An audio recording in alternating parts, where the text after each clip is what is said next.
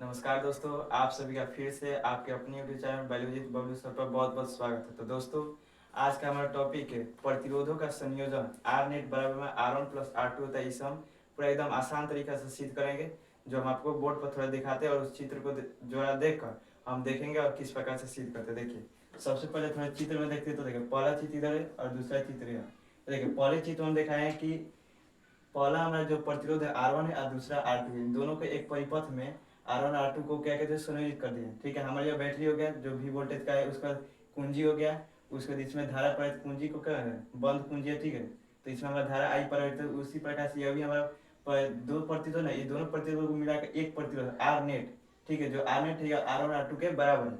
इस दोनों को हटाकर एक प्रतिरोध लगा दिए और वही हमारा V रहेगा, वही हमारा कुंजी रहेगा।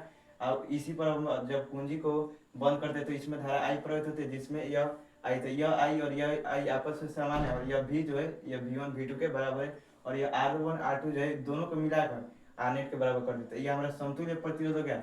यह हमारा अलग अलग जो प्रतिरोध है उसको दिखाएं। तो चलिए हम अपने पहले एक एक करके निकालें। पहले V1 निकालेंगे और V2 निकालेंगे। जो अलग रहता है उसी को निकालते हैं, क्योंकि जो अलग रहेगा उसी को निकालेंगे तो हमारा ये वाला मिल जाएगा। कैसे कि देखिए, V1 V2 बराबर V नेट के बराबर है, तो इस दोनों को निकालेंगे, इसके बाद ये अपने आप के बराबर हो जाएगा। ठीक है, सबसे पहला स्टेप में देखते हैं। उसके बाद से सबसे पहला हम निकालेंगे, पहले स्टेप में V1 निकालते हैं। कौन कहते हैं V1, तो ओम के नियम समझाते हैं। इसको निकालने के किस नियम का उपयोग करेंगे, ओम के नियम। ओम के नियम से एकदम पहला V1 निकालेंगे तो ओम का नियम आप जानते हैं, V बराबर में I R होता है। ठीक है, तो V बराबर I से V1 बराबर में I, हमारा पहले प्रतिरोध हो गया I हो गया, दूसरा प्रति इसमें R1 है। ठीक है, इसमें I1 धारा प्रवाहित हो गया R1 में और I R1 जब गुना करेंगे तो हमें V1 का, उसके बाद पहला उसका दूसरा V2 है, तो V2 निकालेंगे, V2 बराबर में I R2 हो जाएगा। देखिए ना, यहाँ पर R2 है और उसके बाद इसमें I धारा प्रवाहित है, दोनों को गुना कर देंगे तो हमारा V2 निकल जाएगा। अब देखिए, हमारा पहला स्टेप में हो गया इसमें। अब इस दूसरे स्टेप में क्या करेंगे, ये हमारा पहला समीकरण मान लीजिए, ये हमारा दूसरा समीकरण हो जाएगा।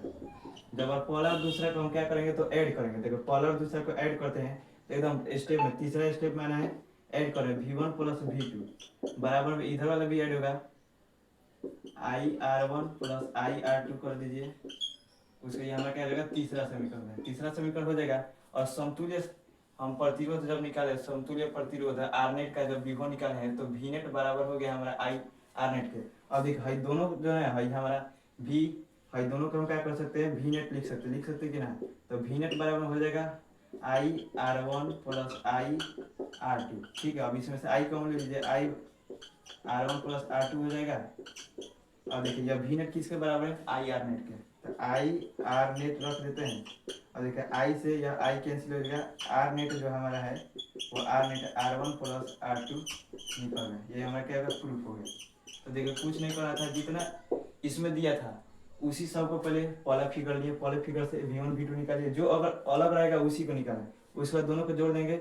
जब हम जानते हैं कि यह दोनों इसके बराबर है, हई सब अपने आप में बराबर है, तो क्या कर सकते हैं, V1 V2 V के बराबर कर दिए, क्योंकि यहाँ पर V नेट के बराबर है ना। बैटरी जो यहाँ पर लगे वही बैटरी नहीं यहाँ पर लगा है, तो बैटरी तो समान है, तो बैटरी दोनों समान है, तो दोनों के मिला के एक लीजिए। उसको हई दोनों को क्या किए कि हई दोनों को तोड़ के हटा दिए और वहाँ पर नया को प्रतिरोध आर नेट लगा दिया। तो हई दोनों को हटाएंगे, आर नेट हमारा प्रतिरोध लगेगा। उसको यहाँ से जब मान इसका रखेंगे और यहाँ से आई को हटा देंगे तो हमें यहाँ प्रूफ हो जाता है। तो आशा करता हूँ आपको अच्छा से यह समझ में आ गया होगा। यदि वीडियो अच्छा लगे तो प्लीज़ इस वीडियो को लाइक करें, चैनल को शेयर करें, दोस्तों में शेयर करें। तब तक के लिए जय हिंद, जय भारत।